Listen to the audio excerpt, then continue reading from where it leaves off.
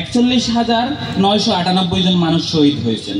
কিন্তু এটা একটা আপনার অফিসিয়াল তথ্য। আনঅফিসিয়াল তথ্যের দিকে যদি আমরা লক্ষ্য রাখি তাহলে 1.5 লক্ষের অধিক মানুষ নিহত হয়েছেন, শহীদ হয়েছেন। আসলে তাদের জীবন এখন কিভাবে কাটে, বা তারা তাদের প্রতি পরিবার থেকেই তাদের মা বাবা অথবা ভাই বোন সন্তানকে প্রতিদিন দাফন দিচ্ছেন, তাদের দুঃখ কষ্ট বেদনা এগুলো আমরা উপলব্ধি করে এখানে উপস্থিত হয়েছি।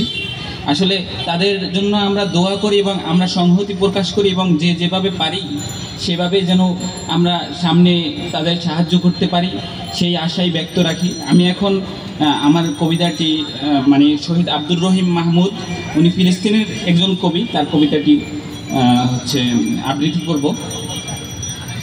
হাতের তালুতে করে নিয়ে যাব আমার প্রাণ, তারপর ছুঁড়ে ফেলবো ধ্বংসের উপত্যকায়।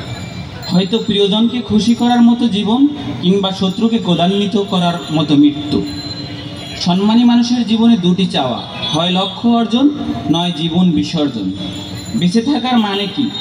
বেঁচে থাকাই সার্থক নয় যদি শত্রুকে ভয় দেখাতে না পারি। শত্রুর মুখে ছুড়ে দেব আমার প্রাণ, আমার হৃদয় হবে লোহা এবং অগ্নিশিখা। আমার জাতিকে আমি রক্ষা করব তলোয়ার দিয়ে, তলোয়ারের ধার দিয়ে। তখন তারাই বলবে আমিই প্রকৃত বীর। ধন্যবাদ সকলকে।